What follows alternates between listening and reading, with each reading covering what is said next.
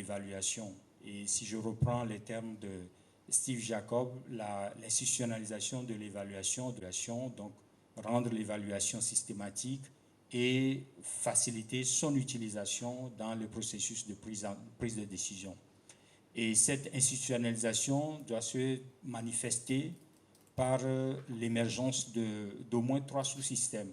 Donc un système politique qui se manifeste à travers l'ensemble des règles, des cadres institutionnels, des dispositifs institutionnels qui sont mis en place, mais aussi un système social qui se manifeste par la volonté d'utiliser l'évaluation au niveau de la société civile, leur engagement en faveur de la redevabilité et en faveur de l'utilisation des données d'évaluation. Et enfin, un troisième sous-système qui se manifeste par la professionnalisation de l'évaluation à travers le rôle des universités, des centres de renforcement des capacités pour mettre à disposition les compétences qu'il faut pour répondre aux besoins en matière d'évaluation.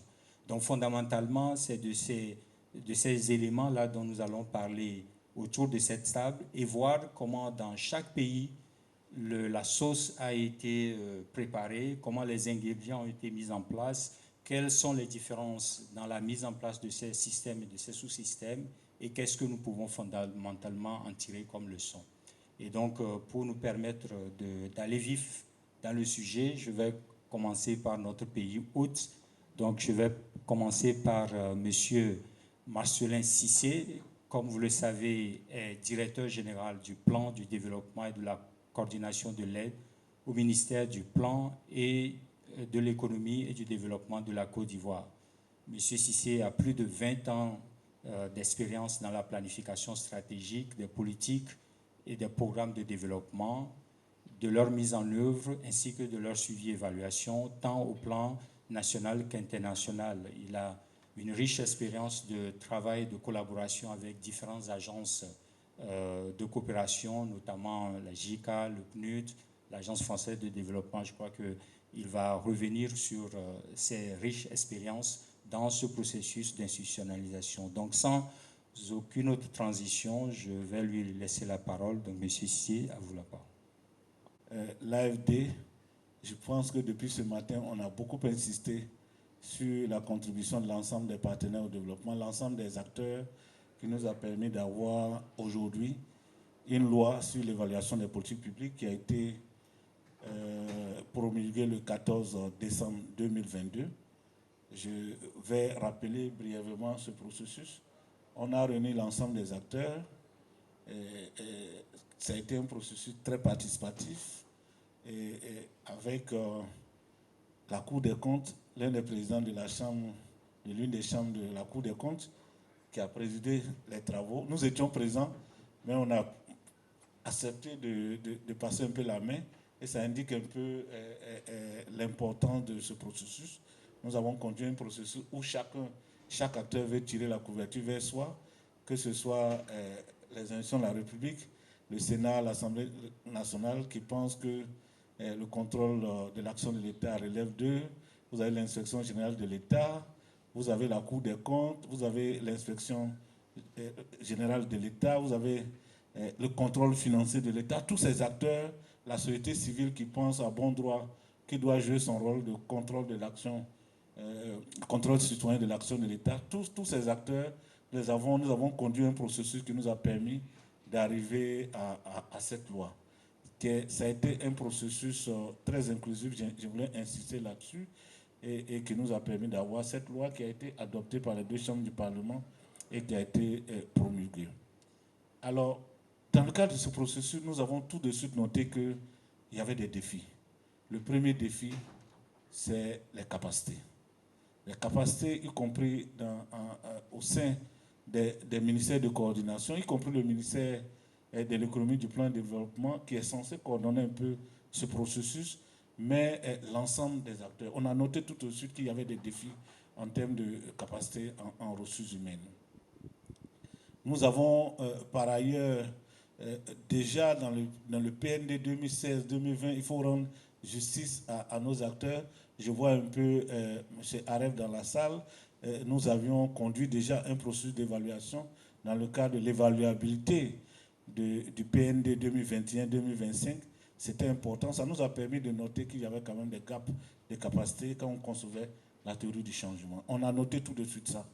Et donc, on s'est dit, si on veut institutionnaliser l'évaluation des politiques publiques en Côte d'Ivoire, le premier défi auquel nous devons faire face, c'est le développement des capacités des acteurs. Et ça a été un processus important. Donc, on a eu plusieurs séries de renforcement des capacités avec l'appui de l'UNICEF, avec l'appui de l'AFD. L'AFD avec laquelle l'État de Côte d'Ivoire a signé un mémorandum. On a signé un mémorandum avec, on a un partenariat avec DIPAL, avec le professeur, le Nobel d'économie Esther Duflo. Mais pour pouvoir le faire, il fallait qu'on ait un cadre de partenariat. Et je voulais insister pour ce type de processus, il faut savoir bâtir des partenariats stratégiques. Ça a été un élément important qui nous a permis d'organiser un certain nombre de sessions thématiques pour ce qui concerne les ministères sociaux de base, avec des rencontres qui ont été organisées à la primature, qui nous ont permis de réunir quand même les ministres, et d'aborder, de voir un peu quelles sont les évaluations qui ont été faites ailleurs, quelles sont les approches méthodologiques, quelles sont les leçons qu'on peut capitaliser, comment on peut faire un transfert de compétences vers nos chercheurs pour faire des évaluations. Ça a été un exercice important. Après ça, ce que nous avons fait, c'était dans le cadre du mémorandum, signer un mémorandum avec le ministère de l'économie, mais un mémorandum également avec l'École nationale des statistiques, parce qu'on s'est rendu compte pour renforcer les capacités, il fallait qu'on puisse avoir des ressources humaines dans les ministères qui aient des capacités de conduire des évaluations. Et ça, c'est dans le cadre du partenariat avec l'AFD qu'on a pu le faire. Je voulais le souligner également, mais nous avons pu le faire parce que nous étions dans le cadre du CDD. Nous avons un projet de mise en œuvre du CDD, donc nous avons essayé de distraire un peu des ressources dans le cadre de ce processus pour le conduire. Ça, il faut le dire parce que le défi pour l'évaluation, quelquefois, c'est le financement. Donc ça, on a pu le faire. Et aujourd'hui, je suis heureux de noter que nous sommes aujourd'hui à la 4e cohorte que nous sommes en train de former, avec des acteurs aussi bien.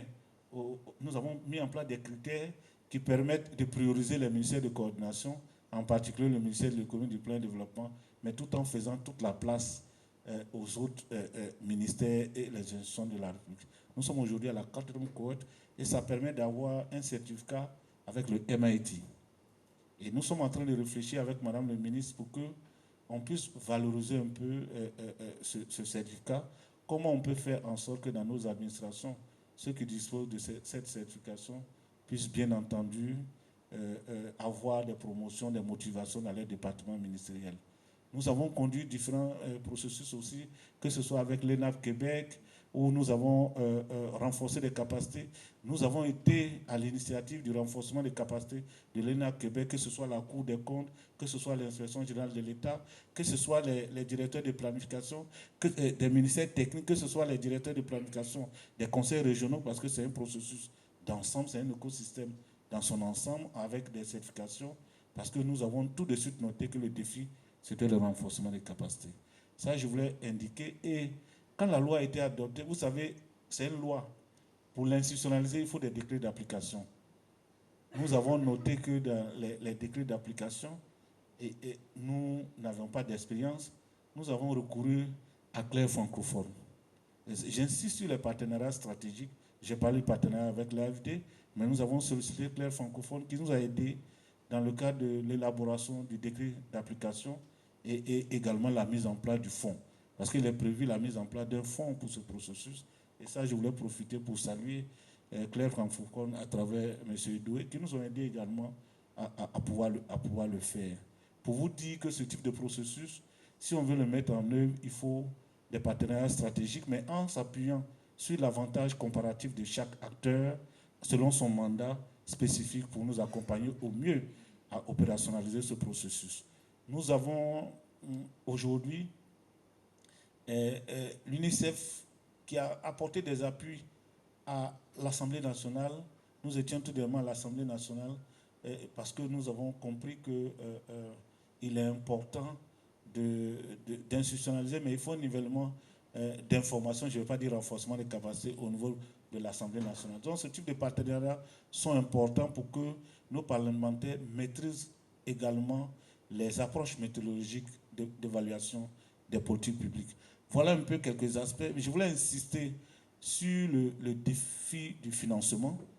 Nous venons de terminer un panel avec l'UNICEF pour la prise en compte de certains groupes spécifiques, notamment les enfants, mais j'ai envie de dire de façon plus globale, les jeunes, les femmes et les enfants. Les défis que nous notons au niveau de l'évaluation, j'ai parlé des gaps de capacité au niveau, quelquefois, de l'administration dans son ensemble, mais également au niveau des centres de recherche. Il faut qu'on arrive à concevoir des évaluations qui permettent à des chercheurs qui maîtrisent bien surtout les approches, les évaluations randomisées et autres. Nous avons fait beaucoup d'ateliers, mais nous voulons bâtir des synergies avec les centres de recherche. C'est l'idée d'avoir un partenariat avec l'équipe de Mme Duflo pour qu'on puisse avoir un transfert de compétences. Parce que sur la place, on n'a pas la certitude d'avoir des chercheurs qui maîtrisent bien les évaluations des politiques publiques. Donc ça, c'est également un dispositif. Je ne vais pas insister sur les défis liés à l'insuffisance de données probantes qui nous permet de faire des évaluations, mais le défi principal, c'est le financement. Le défi, c'est le financement. Vous savez, les évaluations, elles coûtent cher, elles sont lourdes. Et c'est pourquoi il faut saluer un peu les efforts.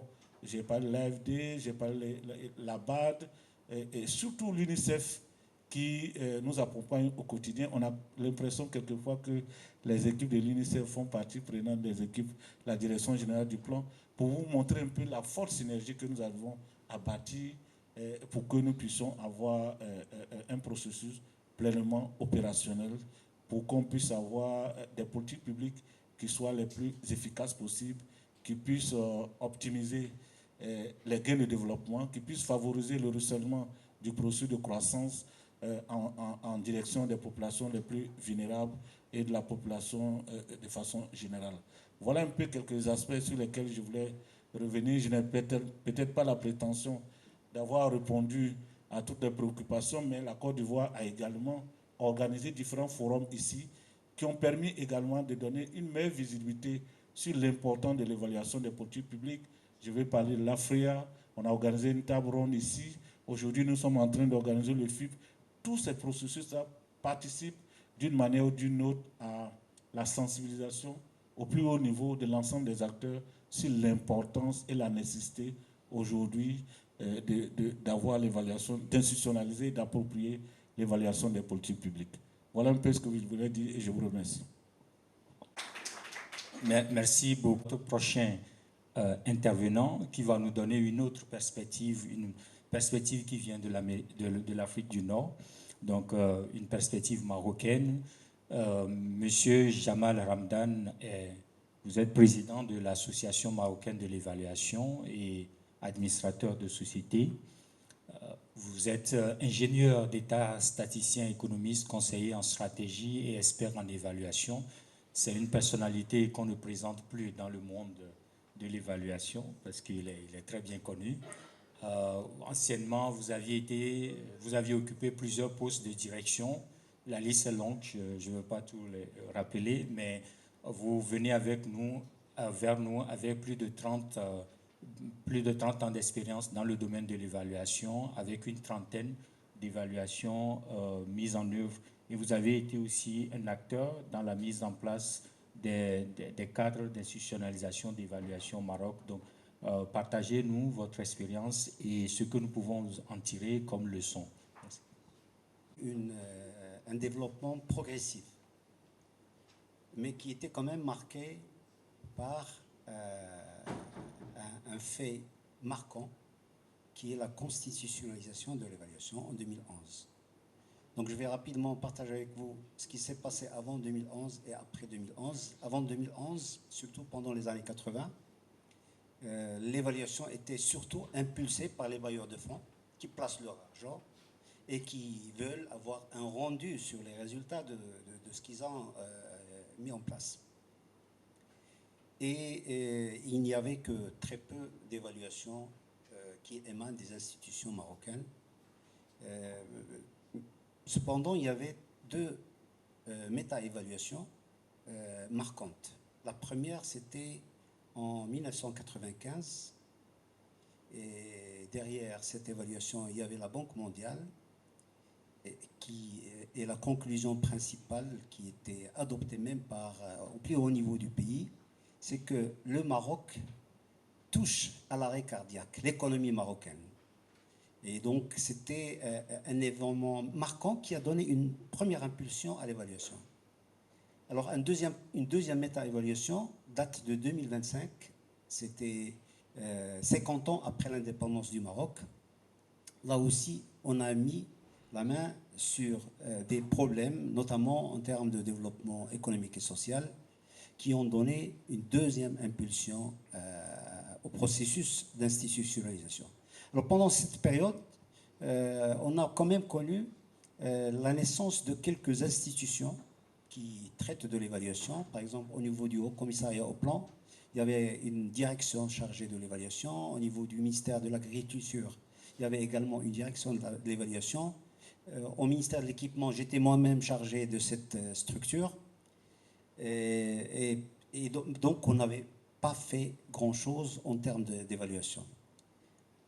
Printemps arabe oblige. En 2011, on était touché, comme pratiquement la plupart des pays arabes. Et c'était une opportunité pour apporter des réformes constitutionnelles. Pour nous, en tant qu'association marocaine de l'évaluation, c'était l'occasion pour plaider en faveur de l'institutionnalisation de l'évaluation. Et donc, nous y avons contribué d'une façon quand même substantielle. La nouvelle constitution traite sur une dizaine d'articles de l'évaluation. L'évaluation au niveau du Parlement, au niveau de la Cour des comptes, au niveau du Conseil économique et social, au niveau des régions, au niveau du gouvernement. Et donc, la Constitution a commencé à planter le décor. Et par la suite, on a vu des lois qui vont dans le renforcement de la pratique de l'évaluation. D'abord, une loi organique des lois de finances qui est fondée sur la gestion axée sur les résultats et qui exige l'audit des performances qui peut alimenter l'exercice d'alimentation. Par la suite, en 2018, on a vu la création, l'adoption d'une loi sur l'accès à l'information. Et vous savez combien l'accès à l'information est fondamental pour l'exercice d'évaluation. En 2021, à l'occasion d'un changement au niveau du gouvernement, le Maroc a vu la naissance d'un ministère chargé de l'évaluation. Mais d'une façon globale, et de par la Constitution, l'évaluation est du ressort du législatif. C'est le législatif qui évalue l'exécutif. Donc je vais peut-être me limiter à ça parce que j'ai 7 minutes, si j'ai bien noté, et je reviens sur d'autres aspects éventuellement. Merci beaucoup. Vous nous présentez une situation très intéressante qui recadre un peu la trajectoire temporelle de l'évolution avec les différents jalons de mise en place des cadres réglementaires autour de l'évaluation, avec un rôle particulier du Parlement qui a, sur la base des prérogatives constitutionnelles, les prérogatives nécessaires pour mettre en œuvre les évaluations. Nous retenons ça comme le cadre général dans lequel l'institutionnalisation se fait au niveau du Maroc. Nous allons écouter sur cette lancée l'expérience du Congo avec Roger Angono-Mouk, conseiller à l'évaluation des réformes auprès du ministre de la Réforme de l'État au niveau du Congo, secrétaire exécutif de l'Association congolaise de l'évaluation. Aussi, vous êtes trésorier du réseau francophone de l'évaluation et membre du comité de coordination du réseau francophone des évaluations émergentes. Et à ce titre, une cheville ouvrière l'institutionnalisation de l'évaluation au Congo. Et donc, nous aurons le plaisir de vous écouter, Roger.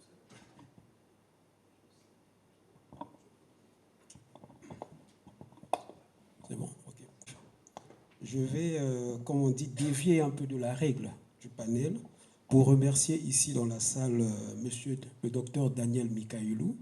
Et si je le fais, c'est parce que c'est, comme on dit, je veux dire, la mémoire du processus d'institutionnalisation de l'évaluation au Congo. C'est vraiment, comme on dit, le témoin vivant de ce processus. Et comme vous le savez, dans nos pays, généralement, ce que nous avons constaté déjà au Congo, la gestion des connaissances est un aspect qui est très négligé. Et M. Daniel Mikailou nous a beaucoup aidé en produisant un article sur le processus de l'institutionnalisation de l'évaluation dès le début de 1980 à 2020. Ce qui nous permet aujourd'hui aisément de pouvoir à chaque fois pouvoir rappeler donc, tout ce qui a été fait. Aujourd'hui, c'est vrai, cet article est en train d'être renforcé puisqu'il y a eu des avancées. Comme le disait un peu le directeur général ce matin, lorsqu'on parle de l'institutionnalisation de l'évaluation au Congo, nous avons à peu près 3 phases. De 1980 à 1999, de 2000 à 2010 et de 2011 à 2024. Et généralement, ce processus a suivi aussi un peu toutes les crises qui ont connu le pays. Mais bizarrement, à chaque fois que le pays connaissait des crises, on avait des avancées dans le cadre de l'institutionnalisation de l'évaluation. Mais je vais plutôt aborder la partie 2020-2024, tout ce qui a été fait. Au Congo, fondamentalement, nous avons 3 lois. Il y a la loi organique relative aux lois de finances, il y a la loi d'orientation de la performance de l'action publique et il y a la loi d'orientation de la réforme de l'État. Ces 3 lois sont à peu près les lois de référence qui aujourd'hui encadrent un peu la pratique évaluative au Congo. Et l'élément le plus important que je voulais bien aborder, c'est que après 2022, le Congo, à partir de 2022, le Congo a réalisé le diagnostic des capacités nationales de suivi et évaluation avec l'appui de CLIA. Et cette étude était portée par le ministère en charge de la réforme de l'État. Pourquoi on l'avait fait? Tout simplement parce qu'on avait constaté que malgré la prise de loi, la pratique évaluative était quasiment inexistante. Donc il était question de faire un peu table rase et d'essayer de comprendre qu'est-ce qui se passait. Et le diagnostic nous a permis d'identifier évidemment les faiblesses qui faisaient qu'on n'arrive pas vraiment à passer fondamentalement au niveau de la pratique évaluative. Parmi les plus grandes faiblesses, je crois que quelqu'un là en a parlé déjà ici, c'est le problème des ressources humaines qualifiées en matière d'évaluation. L'étude, on avait, parmi les ministères qui avaient participé à cette étude, à peu près 25 ministères, on avait constaté évidemment au sein de ces ministères, il n'y avait pratiquement pas de gens formés en évaluation. Il y a eu également le problème du financement des évaluations. Il n'y a pas de ligne budgétaire dans tous les ministères, aucune ligne budgétaire dédiée à l'évaluation. Et l'autre élément que je voulais ajouter, mais là c'est dans le côté positif, c'est surtout l'apport de l'Association congolaise de l'évaluation, qui a été un acteur fondamental dans le processus d'institutionnalisation de l'évaluation au Congo. Si aujourd'hui on peut dire qu'il y a eu des avancées, d'ailleurs même les diagnostics qui a été fait, c'est grâce au plaidoyer de l'Association congolaise de l'évaluation. Sans ce plaidoyer, je pense que le gouvernement n'aurait pas fait ce diagnostic. Donc je ne vais pas m'étaler puisque nous avons la question de gestion de temps. Donc je me limite pour l'instant à ce petit commentaire. Merci beaucoup. Nous, donc le Bénin, avec M. Gounou, directeur général de l'évaluation et de l'Observatoire du changement social au Bénin, acteur de mise en œuvre non seulement de l'institutionnalisation au niveau du Bénin, mais aussi dans la sous-région, parce qu'il a été à l'initiative de Touandembélé, de Ouassi, 3IE, qui sont des plateformes d'échange, de renforcement des capacités dans la sous-région, que vous connaissez certainement. Par le passé, M. Gounou a été ancien conseiller technique de plusieurs autorités au niveau de la République du Bénin, notamment le Premier ministre, le ministre du Plan, le ministre des Finances, etc. Et c'est une personne qui suit l'institutionnalisation de l'évaluation depuis ses débuts au niveau du Bénin. Donc c'est une personne bien informée à qui nous laissons la parole. Merci Edoé pour cette introduction. Je voudrais, premièrement, c'est quoi l'objectif d'une institutionnalisation? L'objectif d'une institutionnalisation de l'évaluation, c'est de disposer d'une infrastructure de promotion de l'évaluation pour en faire une fonction au sein d'une entité. Deuxièmement, c'est quoi la finalité de l'institutionnalisation? La finalité de l'institutionnalisation, c'est de parvenir à asseoir dans une entité, qu'elle soit une organisation, un État ou autre chose, la culture de l'évaluation. C'est ça la finalité. Bien. Pour ce qui est du deuxième postulat, vous avez constaté avec moi, le premier a parlé de l'État qui porte le processus. Le deuxième a parlé du Parlement qui porte le processus. Et celui qui a parlé maintenant a parlé du rôle majeur de la société civile dans la promotion. Tout ça, c'est du réel. Que ce soit de la littérature ou de la pratique, il y a 3 façons pour institutionnaliser l'évaluation. On peut le faire du côté gouvernemental, ce qui est mon cas à moi en tant que Bénin. On peut le faire du côté Parlement, ce qui est le cas du Maroc tel qu'on vient de nous le dire. On peut le faire porté par une société civile. C'est le cas par exemple au Sénégal, où c'est Sénégal qui pousse l'institutionnalisation. C'est les 3 façons de le faire.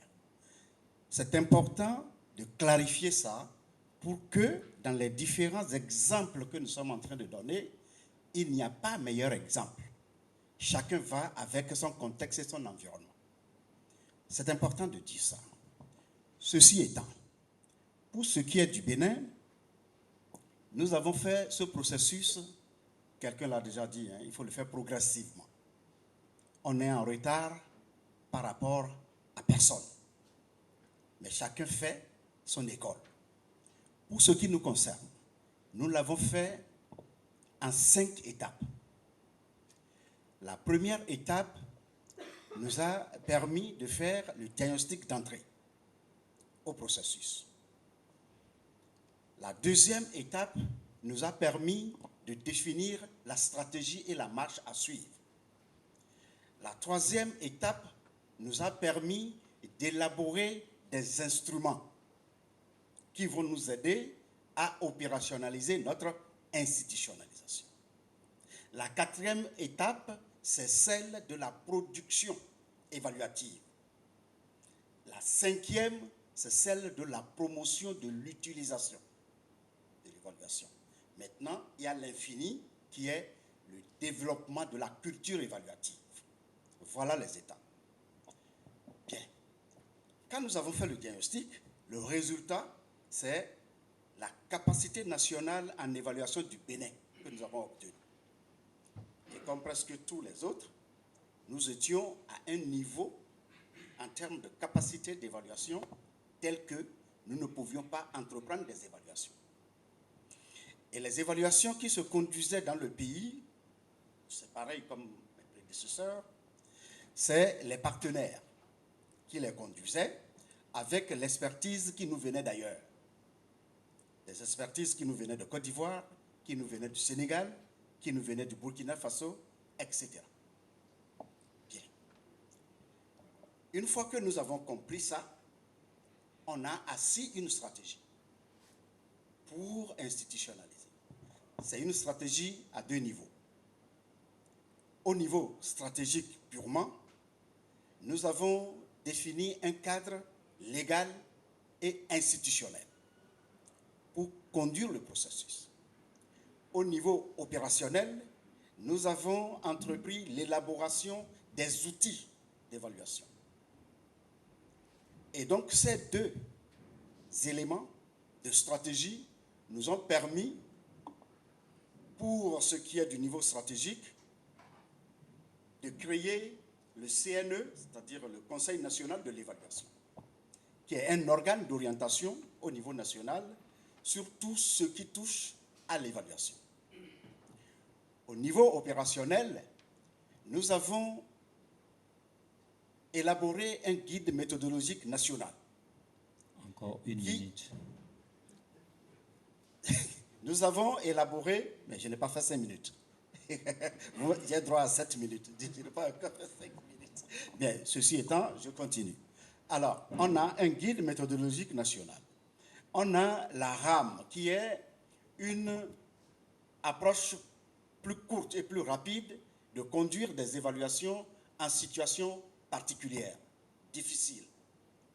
Et enfin, nous avons développé des curricula pour que l'évaluation rentre dans les universités en termes des programmes de formation. Nous avons développé un master, nous avons développé 2 certificats pour les professionnels. Bien. Un certificat en évaluation ordinaire, un certificat en évaluation d'impact et un master en évaluation ordinaire. Donc voilà là où nous en sommes au niveau du pays. Mais je vais terminer, comme j'ai encore 1 minute, pour parler de 2 dates importantes dans notre parcours. La première, c'est celle de 2012. En 2012, le pays s'est doté de sa première politique nationale de l'évaluation, sur 10 ans. Dans cette politique nationale, le gouvernement a fait le choix de promouvoir les évaluations de processus de gestion. Et à partir de 2021, cette politique est arrivée à échéance, elle a été évaluée, et nous sommes à notre 2e génération de politique, qui prendra fin en 2033. Dans cette nouvelle génération, le gouvernement fait une extension sur les évaluations de recherche. Pourquoi cette démarche? L'évaluation de recherche est beaucoup plus rigoureuse et plus compliquée que les évaluations de gestion. Parce que là-bas, on utilise des instruments rigoureusement plus scientifiques de recherche en termes de méthodologie, de protocole, que dans les évaluations de processus. Souvenez-vous, quand nous rentrions dans le processus, nous n'avions pas de capacité. Donc on ne peut pas sauter à l'évaluation de recherche, dont la première, la plus connue, est l'évaluation d'impact.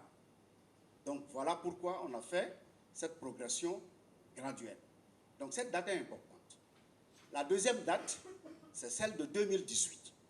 À partir de 2018, la théorie de changement est devenue obligatoire pour toute initiative publique pour être inscrite au budget national. Donc, une initiative sans théorie de changement ne reçoit pas de financement du Trésor public. Donc, c'est une date importante pour nous. Et la dernière, c'est 2024, janvier. Nous avons une loi sur l'évaluation des politiques publiques au Bénin qui explique comment on finance les évaluations au niveau du pays et les rend obligatoires pour toute action publique conduite dans le pays. Voilà là où nous en sommes. Merci beaucoup, M. Gounou. Un nombre de catalyseurs pour l'institutionnalisation de l'évaluation, notamment la volonté. Il faut que ça soit une démarche volontaire, stratégique qui soutienne le processus. Et puis, on a constaté aussi, notamment dans le cas du Maroc et du Congo, que les crises ou les moments difficiles peuvent être aussi des analysations. Et ça, c'est la bonne nouvelle pour nous parce que nous sommes en situation de mutation, nous avions des enjeux, donc ça peut créer l'environnement favorable pour la prise d'initiative. Et puis, au niveau des défis, on a parlé notamment du défi que le nerf étant l'argent étant le nerf de la guerre, le financement. Représentant de l'AFD au sein du panel chargé d'évaluation au département évaluation et apprentissage, qui a de nombreuses expériences dans la mise en œuvre des évaluations en tant qu'expert au bureau d'études AD, qui a travaillé à l'OCDE et qui est spécialiste en évaluation d'impact dont M. Gounou vient de parler. Donc, Adrien, la parole est à vous. En fait, de prendre le regard un peu plus focalisé sur une expérience particulière en Côte d'Ivoire, qui en fait, sur l'appui que mentionnait tout à l'heure DG6C sur la signature d'un partenariat avec le ministère de l'économie, du développement et du plan. Parce qu'en fait, j'ai l'impression que c'est à la fois un pilote pour l'AFD, c'est-à-dire que c'est la première fois qu'on mettait en œuvre, qu'un département d'évaluation, en fait, et non pas les opérations, mettait en œuvre un tel type d'appui. Et j'ai l'impression qu'il y a différentes expériences qui pourront aussi permettre de voir comment ça peut permettre de naviguer dans les complexités, dans les transitions, et je reviendrai là-dessus. En effet, on a, dans la cérémonie d'ouverture, et ça a été mentionné plusieurs fois, il y avait quand même une idée assez centrale qui était le fait que il fallait, pour répondre à ces différentes crises et périodes de transition, il y avait une dimension, une volonté d'avoir une approche partenariale. Et en fait, ce qui s'est passé, et dans le cas de l'AFD, très clairement, il y a des bouleversements assez forts sur le positionnement des bailleurs, sur la manière d'accompagner, on a mentionné plusieurs fois, le fait que, voilà, quand c'était l'époque des ajustements structurels et que, en gros, l'évaluation, c'était une sorte d'imposition, et que, en fait, du coup, là, la manière dont, en fait, ce partenariat s'est développé, c'est justement aussi un petit peu en réaction à ça. Et c'était donc, du coup, je vais rappeler rapidement la manière dont ça s'est créé, et en plus revenir sur les dispositifs, les différents appuis qu'il y a eu, et peut-être insister sur certains points qui me paraissent assez importants et originaux sur la manière dont ça peut justement contribuer à l'institutionnalisation de l'évaluation. Donc du coup, pour rappeler rapidement le contexte, en fait, ce qu'on appelle le mémorandum de dialogue stratégique, c'est-à-dire le partenariat avec le ministère du Plan en Côte d'Ivoire, il a été signé il y a à peu près il y a 2 ans, et il émane en fait de la conjonction de 3 facteurs principaux. Le fait que donc la signature de la loi du 14 décembre, donc on a parlé, et en fait qui allait en fait de pair avec une impulsion politique très forte à haut niveau sur la volonté de développer l'institutionnalisation de l'évaluation.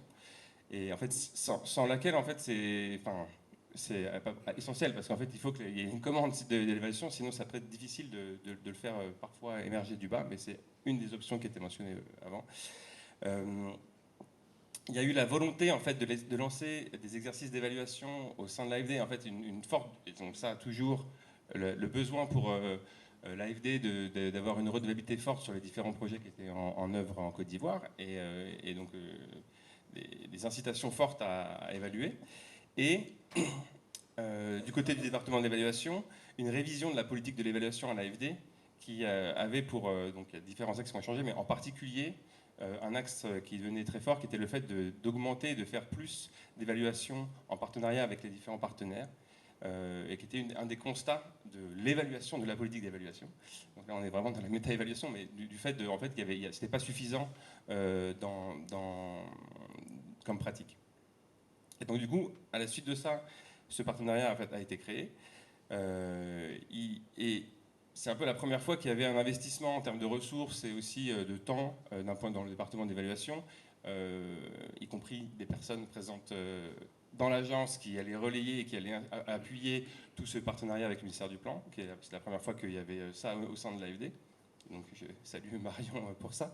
Et donc du coup, donc pour revenir sur les quelques axes donc il y avait principalement les axes principaux en fait sur ce partenariat, qui sont effectivement des appuis sur le renforcement de capacité. Donc il y avait des formations, un partenariat avec l'appui d'un partenariat avec l'École nationale de statistique qui a été mentionné avant, l'appui du CLIR et un partenariat avec le CLIR qui appuie aussi l'institutionnalisation. Il y a eu des formations, des financements de formations continues en évaluation d'impact à destination des fonctionnaires des différents ministères et des différentes formations. Il y a un axe qui était sur la culture de l'évaluation et donc du coup sur le fait de susciter aussi, de maintenir en fait cet intérêt à un niveau politique assez élevé. Et un axe en fait qui semble clé et sur lequel je voudrais insister, qui était ce qu'on a appelé redevabilité partagée, mais en fait le fait de conduire et d'avoir une planification des évaluations qui soit commune et qui soit mise en œuvre avec les différents ministères et avec un accompagnement méthodologique qui soit en fait en binôme de EVA, notre département d'évaluation, et du ministère du Plan. Et donc, en fait, du coup, les aspects que je voudrais souligner sur ça et qui me paraissent assez en fait, en complément avec les différents appuis qui existent, c'est que, en fait, pour que la pratique de l'évaluation, elle se développe, c'est pas forcément parfois, tous les appuis sont nécessaires en termes de formation et de renforcement de capacité, mais le fait de faire ensemble et le fait d'apprendre en faisant, ça permet de développer différents aspects sur cette institutionnalisation. Ça permet en fait, d'être présent et d'être accompagné, en fait, de travailler sur tout le cycle de l'évaluation et sur en fait, typiquement une posture et un positionnement qu'on peut avoir quand on fait l'évaluation, qui est en fait quelque chose qu'on n'apprend pas dans une formation. Et pour donner des exemples, c'est-à-dire c'est à la fois et donc là, c'est vraiment aussi quelque chose qui est assez particulier d'un point de vue de gens qui vont commanditer des évaluations, donc qui est à la fois le rôle de l'AFD, mais aussi le rôle du ministère du Plan, d'accompagner en fait sur les méthodologies. C'est des choses qui en fait le fait de le faire ensemble, ça permet à la fois de travailler sur les aspects méthodologiques, sur voilà, quelle méthodologie il faut mettre en œuvre, quelles questions évaluatives, comment on peut naviguer des changements de questionnement, comment on va accompagner cette évaluation, comment on va travailler avec les différents ministères sectoriels. C'est-à-dire que on n'est pas dans l'audit, on est plutôt sur une sorte de tiers qui vient appuyer les questionnements qui sont... C'est très rapide, 8 minutes. Et donc ça, c'était un des points clés que je trouvais qui était un autre point, en fait, je pense, sur la complexité et le fait de naviguer la complexité. On parle souvent, en fait, du contenu des évaluations, mais je crois que tout le processus en amont, qui est de contractualisation, comment on prépare, comment on fait une commande, comment on génère, c'est des aspects très administratifs et pas forcément ceux qui sont les plus... comment dire, ceux qui font le plus rêver dans une conférence sur l'évaluation, mais en fait qui sont des questionnements clés qu'on a rencontrés et des obstacles en fait extrêmement importants pour que en fait, les gens s'approprient le fait de faire des évaluations. Et le fait de faire toutes ces étapes ensemble et d'être là en accompagnement, je pense que c'est aussi un des aspects qui vient, qui est positif. Et peut-être sur le... Bon, j'ai terminé, je pense, du coup. Je pourrais revenir sur d'autres aspects. C'est vraiment un excellent panel. Je remercie tous les participants et je suis vraiment très heureux d'être parmi vous aujourd'hui. C'était pas... Jusqu'à dernière minute, ce n'était pas garanti qu'on peut participer, mais ça fait plaisir de vous revoir et d'être parmi vous. Et c'est aussi autant plus un grand plaisir d'écouter et d'entendre les expériences des pays qui ont, j'ai excusé l'anglicisme, qui ont le leadership sur les questions. Il y en a plusieurs autres pays qui ont fait, il y a peut-être le Sénégal qui n'est pas avec nous ici, qui a fait aussi un long parcours pour l'évaluation. Moi, je vais parler un petit peu de l'INAP parce qu'on était impliqué dans plusieurs pays de la région, de la francophonie. On a apporté un peu, toute l'équipe a été impliquée pour apporter au mieux qu'on a pu une main forte de l'aide ou une participation, une collaboration pour que ce soit au niveau de renforcement des capacités, c'est le champ sur lequel on travaille le plus, mais également avec, par exemple, la Cour des comptes, le Sénégal, un peu certains autres pays là où est-ce qu'il y a eu quelques contributions au niveau de l'accompagnement proprement dit. La question de l'institutionnalisation a été lancée depuis longtemps. Le FIF, je me rappelle, c'était en 2016, on avait aussi des panels sur l'institutionnalisation, mais le chemin a été lent, il y a eu un long chemin de fait par tous les pays. Et on voit aujourd'hui qu'il y a des fruits, il y a des choses qui sont concrètes, il y a des lois sur l'évaluation qui sont adoptées, il y a des politiques qui sont mises en place. C'est vrai que c'est un work in progress, c'est un travail continuel. On n'est pas peut-être arrivé à l'apogée de on n'est pas encore touché le vrai fruit qui sont les évaluations, parce qu'aujourd'hui, si je fais le tour de tous ces pays qui ont participé ou qui ont fait tous ces parcours, si je compte le nombre des évaluations exécutées et réalisées par les institutions publiques, ça reste quand même un nombre assez modeste. Il y en a, c'est pas qu'il n'y en a pas, il ne faut pas l'ignorer, il faut saluer toutes les initiatives. Je sais que plusieurs de ces pays ont réalisé certaines évaluations, donc il ne faut pas dire que c'est zéro, on n'est pas à zéro, mais pas au niveau qu'on aimerait atteindre et qu'on rêve d'avoir. Je parle en comparant un petit peu à ce qui se fait au Canada ou au Québec et tout ça, c'est là où on veut aller, à ce que ça devienne vraiment quelque chose, une activité, une fonction qui est intégrée au niveau de la gestion. Peut-être là où je vais attirer aussi l'attention parmi toutes les interventions qui ont passé, c'est que, in fine, tout ce processus d'institutionnalisation, on veut aller chercher au mieux que possible d'apporter un éclairage au niveau de la prise de décision. Donc ça, il ne faut pas l'oublier, c'est que le système institutionnel qu'on est en train de mettre en place, il doit permettre aux décideurs, et peu importe leur rang, que ce soit au niveau parlementaire, au niveau gouvernemental, au niveau sectoriel, central ou local, ou collectivité ou autre, il doit y avoir une capacité ici de renforcer la prise de décision, surtout dans un monde assez complexe où ça, je salue que la majorité ici de partenaires sont très sensibles à cette complexité. Et il y a eu des panels aussi sur l'approche système, c'est qu'on devrait aussi souligner une approche holistique, c'est de ne pas regarder les morceaux un à un, mais de voir d'une façon générale comment ça peut progresser. Donc c'est un grand plaisir, merci infiniment Doué de me donner cette fenêtre courte pour contribuer un petit peu. Et bon succès à tout le monde. Merci beaucoup Aref. J'ai vu une main aussi. La question de l'institutionnalisation, c'est quand même une grande question et on marque bien par ce panel, d'ailleurs très intéressant, un peu une sorte de plusieurs trajectoires selon le pays, selon la dynamique du pays. J'ai eu personnellement la chance d'observer la dynamique au niveau du Bénin, vraiment impressionné pendant mon séjour, avec bien sûr quand le temps est donné très haut par le gouvernement, avec bien sûr et tout découle de là, et y compris la société civile qui trouve également je veux dire l'espace favorable pour pouvoir jouer son rôle. Mais je comprends bien que cette question de l'institutionnalisation, ce n'est pas une mince affaire. Ça dépend de la dynamique du pays, ça dépend de beaucoup d'autres facteurs. Et je me dis que des espaces d'échange, notamment sud-sud, des espaces d'échange favorisés peut-être dans les cadres, par exemple, de ce forum ou d'autres forums régionaux sont très, très importants pour pouvoir évoluer vraiment dans cette discipline qui ne doit pas devenir une fin en soi, mais qui ne doit pas être certainement mobilisée quand les choses ne marchent pas, mais plutôt quelque chose qui doit être systématique. Je crois beaucoup à ces échanges sud-sud parce que souvent, dans nos pays, les exemples d'autres pays qui ont des dimensions similaires, des contextes similaires, sont très intéressants. Et nos gouvernements, parfois, ils écoutent bien plus cela.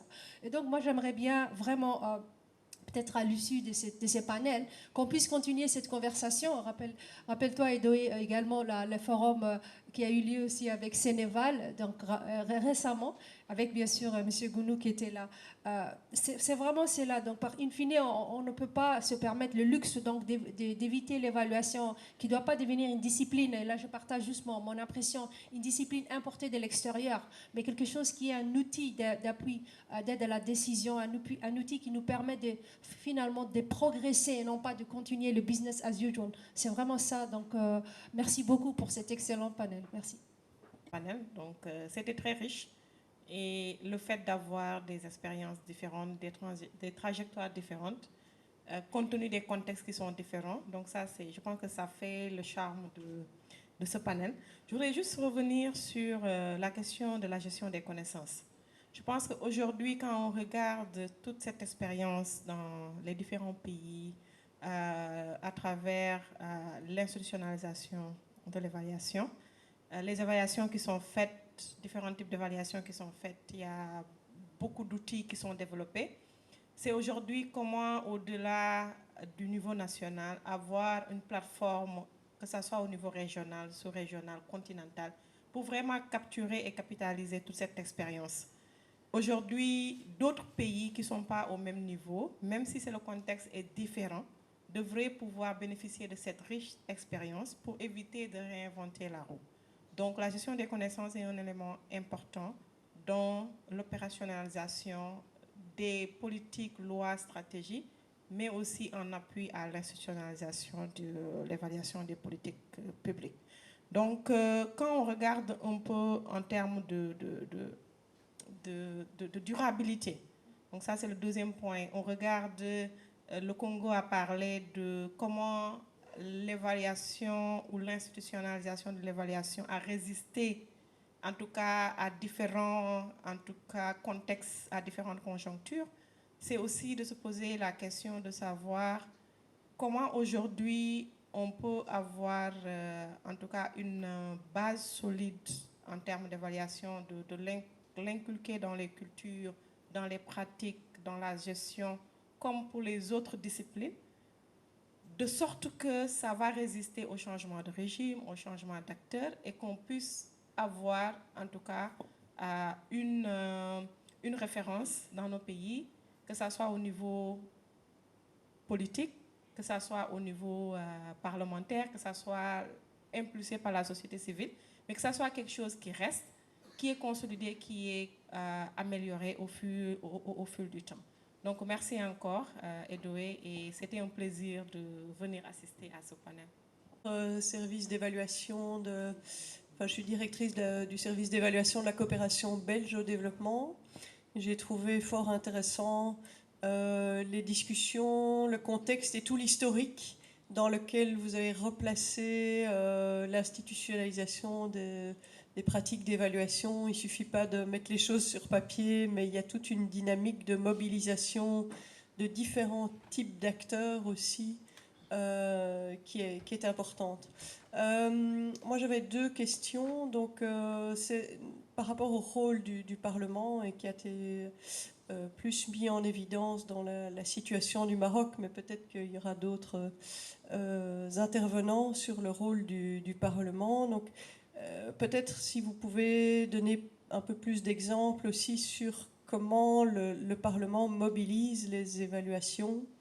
Voilà, nous-mêmes, on a une pratique aussi où annuellement, on présente un rapport au Parlement sur l'évaluation de la coopération. Et le fait que ce soit une pratique institutionnalisée participe aussi à un débat majorité-opposition, enfin, ou entre différents partis aussi qui composent le Parlement selon leur sensibilité aussi.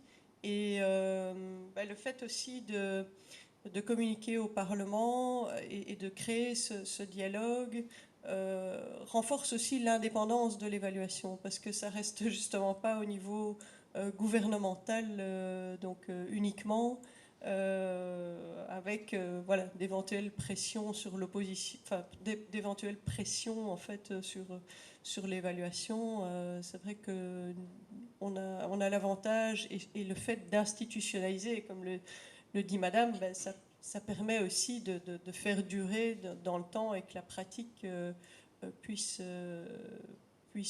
aller au-delà de gouvernements qui n'ont qu'une durée de législature parfois.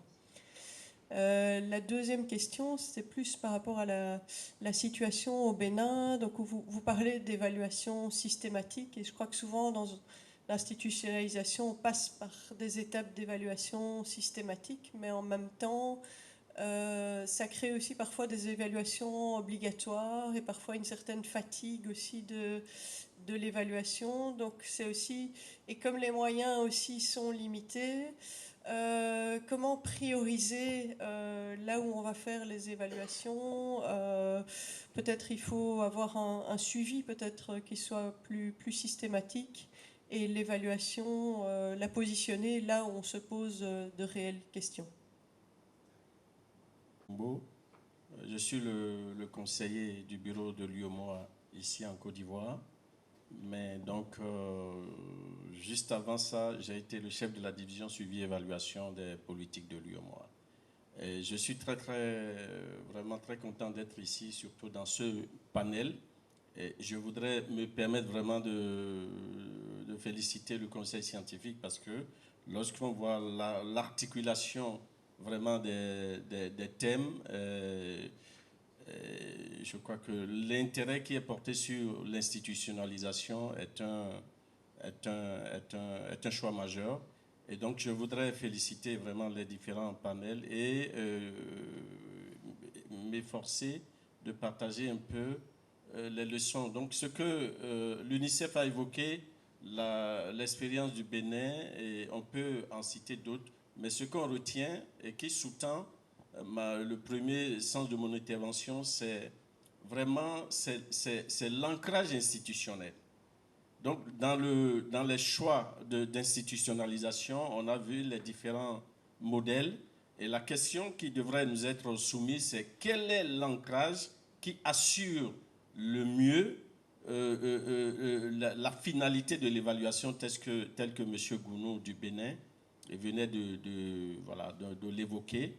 Et ça, c'est une première question à laquelle nous devrons, dans les choix, justement, des politiques et processus d'institutionnalisation, on devrait y veiller. Le deuxième élément, et là j'interviens en tant que commission de l'UOMOA, nous l'avons vu dans la matinée, dans la plénière d'ouverture, qui est bien sûr interpellée à raison sur la question d'harmonisation des politiques et processus. Donc l'institutionnalisation, bien sûr, chaque État est en train d'adopter des lois et de les mettre en œuvre.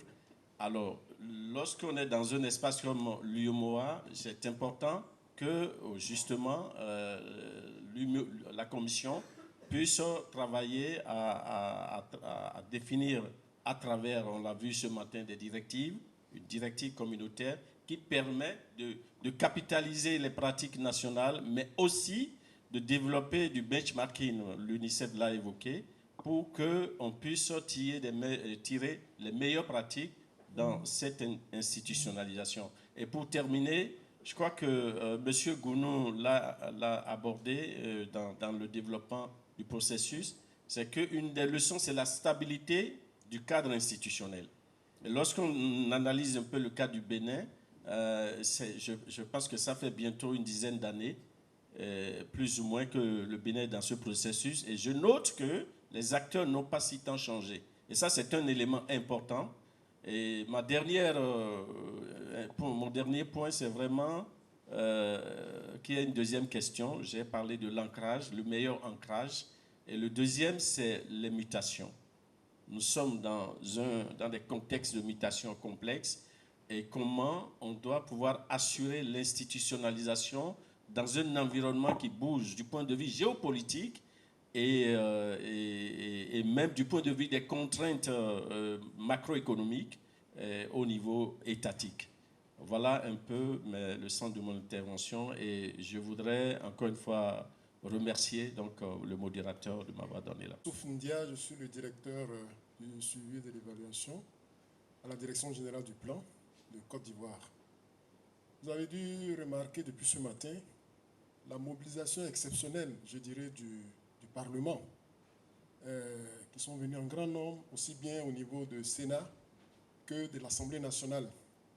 C'est dû au fait que dans notre Constitution de 2016, il est inscrit en son article 93 que désormais, le Parlement contrôle l'action de l'État, mais en plus de contrôler l'action de l'État, évalue les politiques publiques.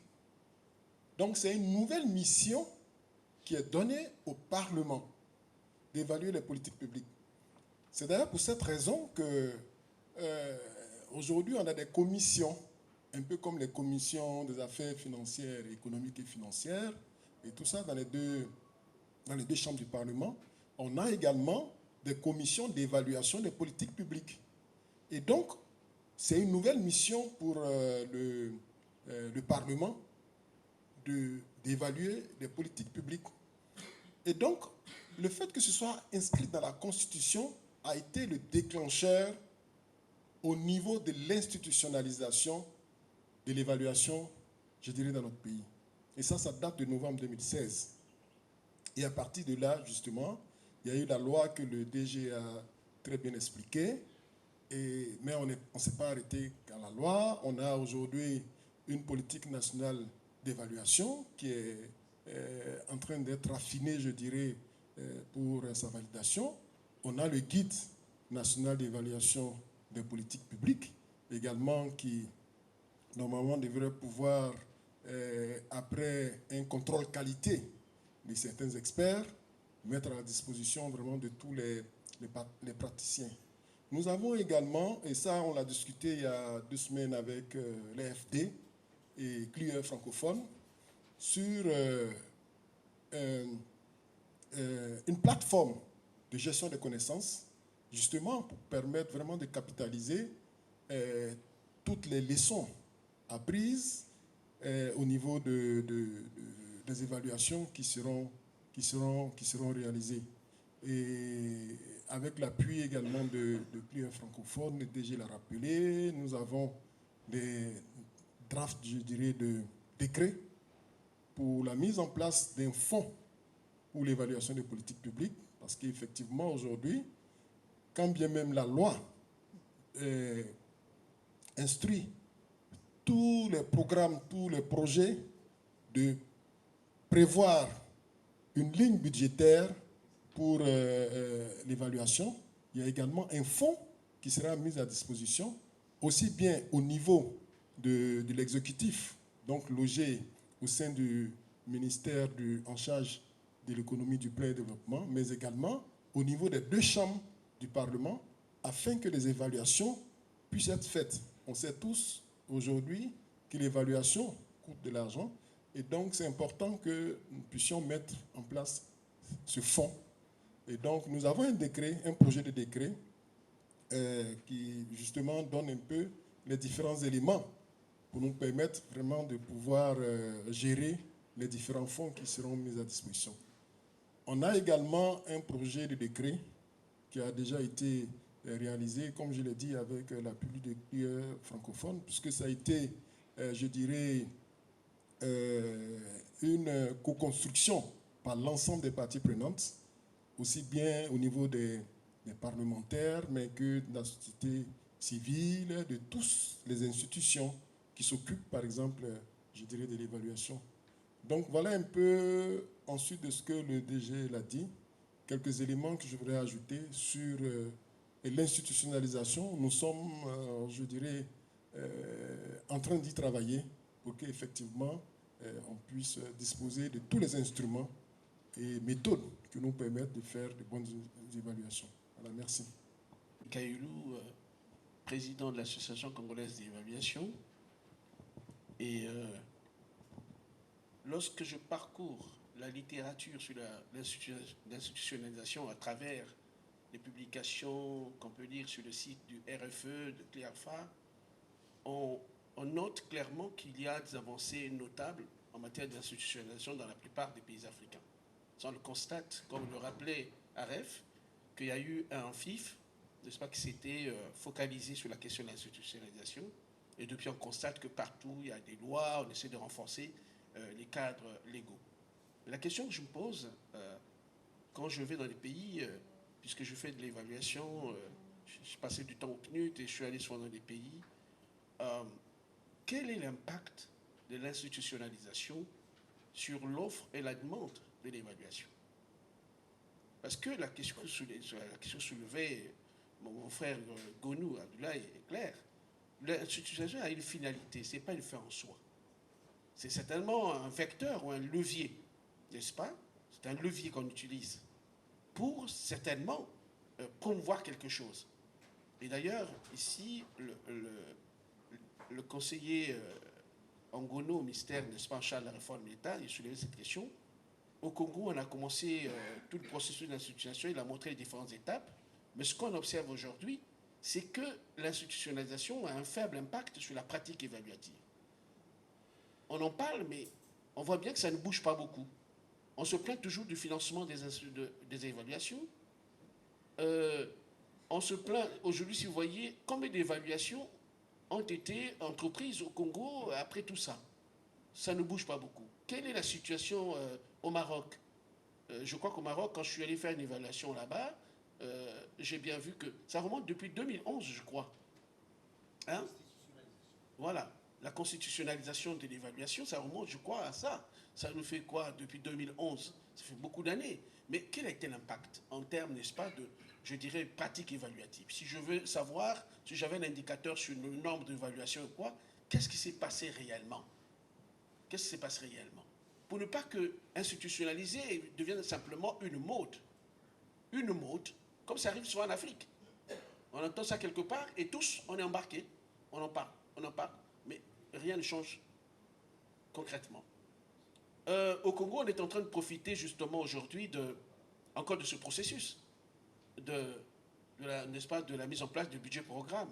Dans tous nos pays maintenant, l'UEMOA, CEMAC, on met en place des budgets programmes et je crois que les outils sont les mêmes. Quand on voit, je lis les documents de la CEMAC, je lis les documents du UEMOA en budget programme, ce sont les mêmes. On a, par exemple, les rapports annuels de performance, on a les projets annuels de performance.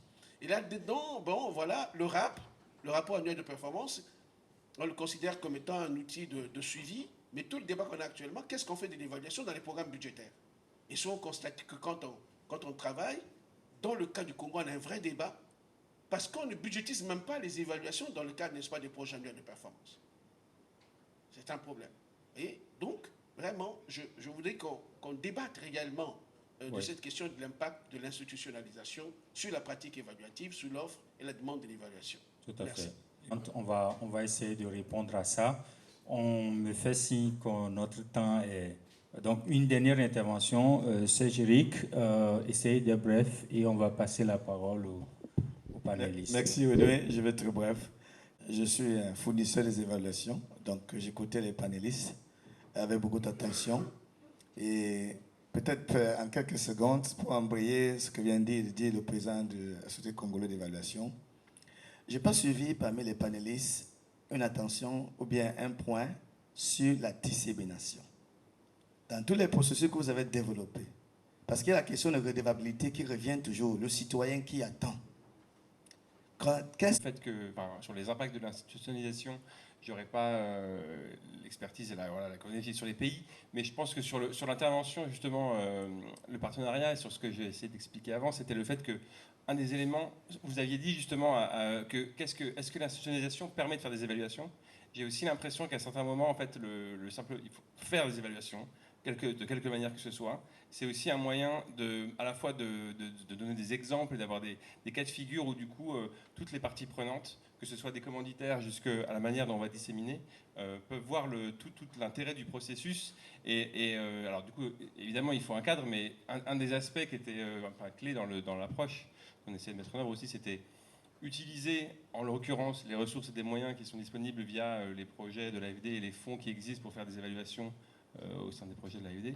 Mais pour du coup, d'abord faire des évaluations pour montrer que en fait, ensuite contribuer à l'institutionnalisation aussi de cette manière-là. Et puis peut-être un mot sur la plateforme et sur le fait qu'il y a juste pour dire qu'il va y avoir une table ronde aussi sur ça et sur les comités de pratique et sur le fait que à la fois c'est une manière de partager des connaissances et l'état des lieux des connaissances sur les évaluations. Peut-être que c'est aussi, comme c'était mentionné, un lieu où ça peut être une sorte de gouvernance, un pilotage entre les praticiens de l'évaluation et les commanditaires pour discuter un peu des irritants et des différentes choses qui ne fonctionnent pas et qu'il faut arranger dans l'évaluation.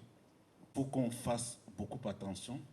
Nous avons les rapports annuels d'exécution du budget, nous avons les rapports annuels de performance, et vous savez tous, pour l'exécution du projet, en réalité, c'est des indicateurs de processus. Donc, je m'en voudrais de ne pas répondre à votre question. Ça fait l'objet de beaucoup de débats.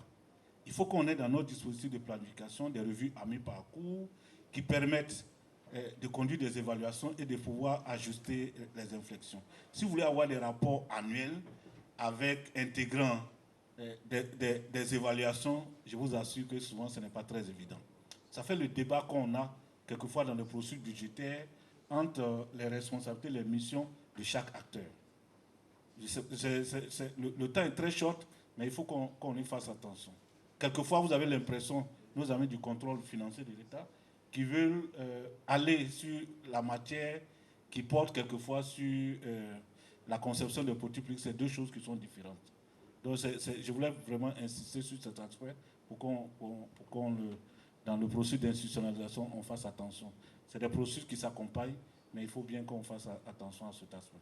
Merci. Diagnostic sur la professionnalisation, pas sur l'institutionnalisation, mais il englobe au niveau de la première colonne, comme vous pouvez le voir, le gros des aspects à examiner par rapport à l'institutionnalisation. Alors, cet outil permet justement d'aller vers la capitalisation et la gestion du savoir de connaissance dans la mesure où il nous donne un état initial. Comment les choses se présentent par rapport à l'évaluation.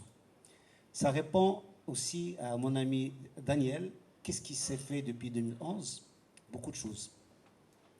Et l'outil nous a permis d'examiner du côté de l'offre, est-ce qu'il y a des cycles de formation sur l'évaluation, et on s'est rendu compte qu'il y a une montée en puissance. Jusqu'à aujourd'hui, nous avons 6 masters en évaluation, et la rentrée 2025-2026, on aurait 7 cycles.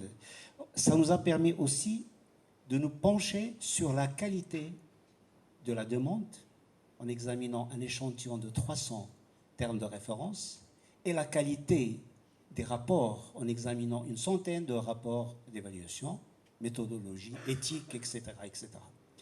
Donc, si on ne peut pas aller vers le terrain et voir comment les choses évoluent, bien sûr, c'est un processus, comme on a dit au début, qui évolue très très très lentement. Alors par rapport à la question sur du Parlement, là encore, il faut dire que c'est un processus très très lent, même dans les pays qui nous devancent. Ça a commencé très très... Prenons le cas de la France, ou même des pays qui sont plus anciens que la France, comme les anglophones. Ça a pris énormément de temps, mais c'est une construction qui vient avec le temps. Alors au niveau du Maroc, la mécanique pour choisir d'abord les politiques publiques a été tranchée. Tout ce qui est politique publique, c'est le Parlement. C'est des commissions, c'est des référentiels, etc.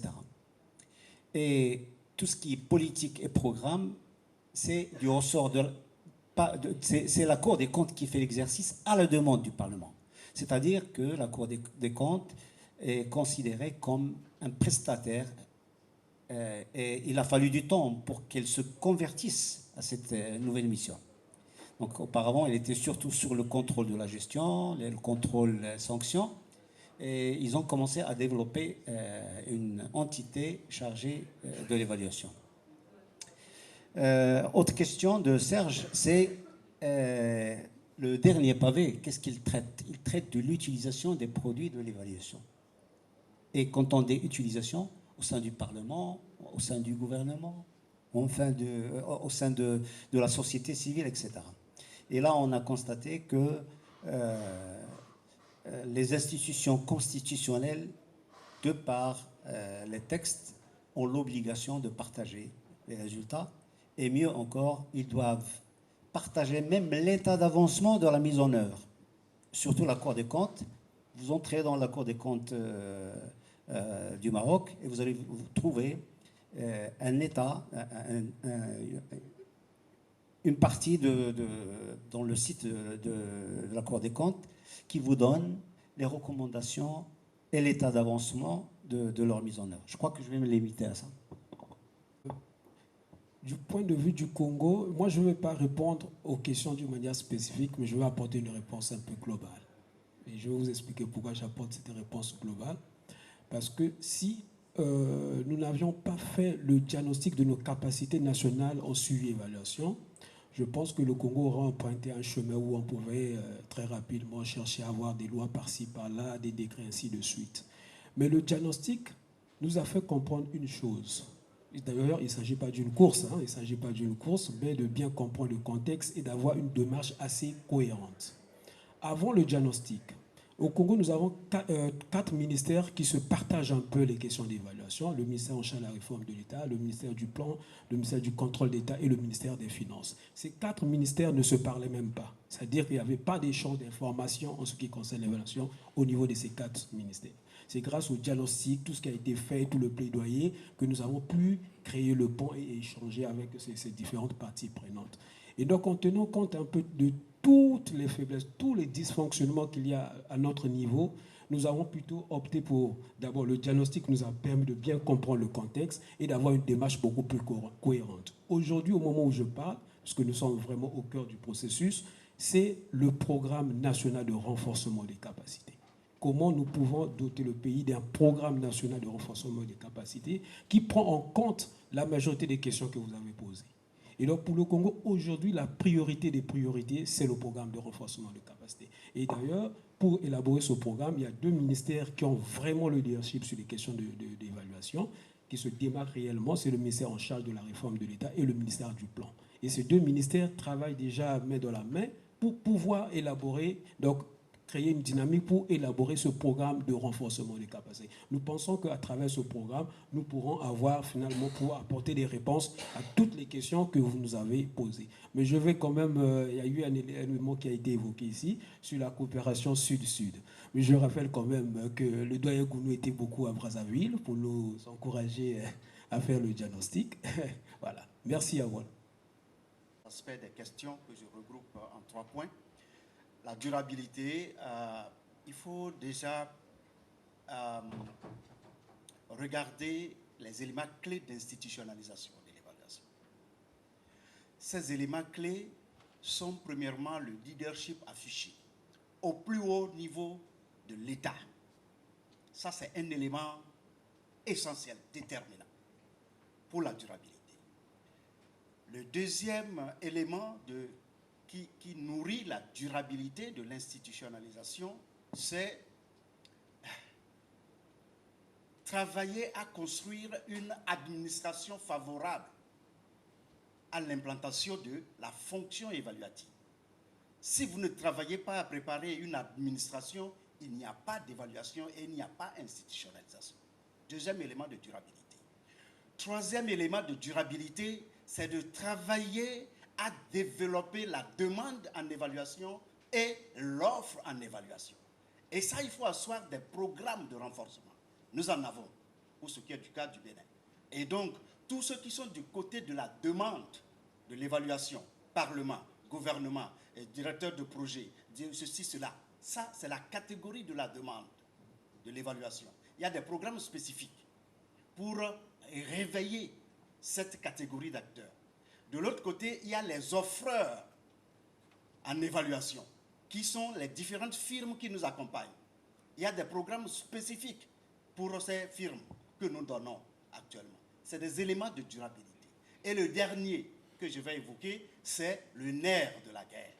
Il faut trouver les sources de financement durables pour accompagner la mise en œuvre des évaluations. Ça, c'est la durabilité. Nous n'institutionnalisons pas l'évaluation au Bénin comme étant un effet de mode. Non. Pourquoi? Parce que j'ai des statistiques qui parlent. Quand nous avons commencé l'institutionnalisation en 2007, ça fait bientôt 18 ans que le Bénin est engagé dans le processus. Quand nous avons commencé en 2007, 98% de l'expertise nous est venue de l'extérieur. Avec l'institutionnalisation, aujourd'hui, 95% des évaluations sont... L'évaluation est portée à 95% par l'expertise nationale. Ça, c'est le fruit de l'institutionnalisation. Pourquoi? Parce qu'avec l'institutionnalisation, on a assis un cadre institutionnel. On a élaboré un cadre légal et réglementaire. On a développé des curricula de formation. Donc, on a implanté ce que nous appelons les journées béninoises de l'évaluation, qui convient 400 à 500 experts mondiaux. J'ai des témoins dans la salle qui viennent partager avec nous l'expérience internationale de l'évaluation. Ça, ce n'est pas rien, ça. Et donc, ça fléchit tout ça. Et dernier élément de l'utilité de l'institutionnalisation. Aujourd'hui, au Bénin, il n'y a pas un seul PIP qui va être inscrit au budget national s'il n'est assorti d'une théorie de changement. Qu'est-ce qui se faisait hier? Les ministères inscrivent des idées de projet et on invente un chiffre en face de l'idée de projet. On va construire 10 000 salles d'école dans le pays et on met en face 10 milliards, 50 milliards de francs CFA. C'est ça qu'on fait. On compile tout ceci et on nous sort le budget national de l'État. Aujourd'hui, au Bénin, ce n'est plus possible. Il y a des ministères qui viennent avec 300 milliards de budget pour le ministère. Et quand nous finissons l'arbitrage, parce que moi, mon service va regarder dans ce budget du ministère, tous les PIP enregistrés, on doit pouvoir soit regarder la théorie de changement, ce que vous voulez faire, qu'est-ce que ça apporte, comment ça change la vie du Béninois. S'il n'y a pas d'explication, c'est biffé. Donc des ministres viennent avec des propositions de budget pour leur secteur de 300 milliards et à la sortie de l'arbitrage, ils s'en vont avec 50 milliards. C'est arrivé. Et ça va continuer à arriver. Ça, c'est l'évaluation. Donc, on ne peut pas dire que qu'est-ce que ça nous apporte. Moi, j'ai des statistiques pour dire qu'il faut qu'on y aille. C'est difficile d'y aller, c'est vrai. Mais il n'y a pas de raison de ne pas y aller. Parce que la clé, c'est la rationalisation de l'allocation budgétaire. Et nous sommes dans un monde de rareté des finances. Regardez, nous avons inscrit notre FIF dans un contexte de transition. Regardez ce qui est arrivé quand le président Donald Trump est arrivé aux affaires. Il y a eu des coupes partout. Moi, mon pays est bénéficiaire du MCA. Mais le MCA a été biffé. Le gouvernement du Bénin était sur des projets, des programmes énormes sur le MCA. Qu'est-ce qu'on fait? Il faut trouver des moyens pour faire le shifting. Alors, nous sommes dans un contexte de rareté de ressources. Eh bien, l'évaluation apparaît comme un des instruments pour rationaliser l'allocation budgétaire. Et c'est ce que nous sommes en train de faire avec l'institutionnalisation. Et donc, je terminais par mon troisième point. Je pense que, de pratique, pour ce qui est du Bénin, plus l'évaluation ou l'organe qui promeut l'institutionnalisation de l'évaluation est placé au plus haut sommet de l'État, mieux ça vaut. Si vous mettez l'évaluation dans un ministère sectoriel, vous n'avez pas de chance de faire de la promotion. Vous mettez ça à la présidence, au Parlement ou dans un ministère transversal, un ministère du plan ou un ministère des finances.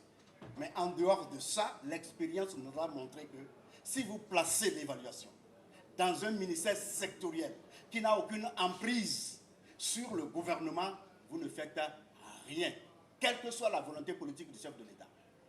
Donc c'est l'expérience du Bénin que je partage avec vous. Des experts de haut niveau, je crois que vous êtes d'accord avec moi à l'issue de ce panel. Et nous avions aussi de très belles interventions de la salle. Nous vous en remercions vivement. C'est vraiment une discussion qui va être poursuivie. Comme ça a été annoncé, demain, on a un autre panel sur la mise en place des communautés de pratique. Nous voudrons poursuivre cette discussion pour réfléchir sur comment est-ce que nous pouvons mieux structurer les communautés de pratique pour nous permettre justement de répondre à certaines des préoccupations que vous aviez soulevées, notamment la gestion des connaissances, le partage, la dissémination des évaluations, le renforcement des capacités. Donc, retrouvez-nous demain dans le cadre de cette table ronde sur les communautés de pratique pour que nous puissions poursuivre cette discussion et sortir d'ici avec des pistes de recommandation sur des initiatives que nous pouvons prendre ensemble. Encore une fois, merci à vous tous, merci de votre participation et bonne suite de journée.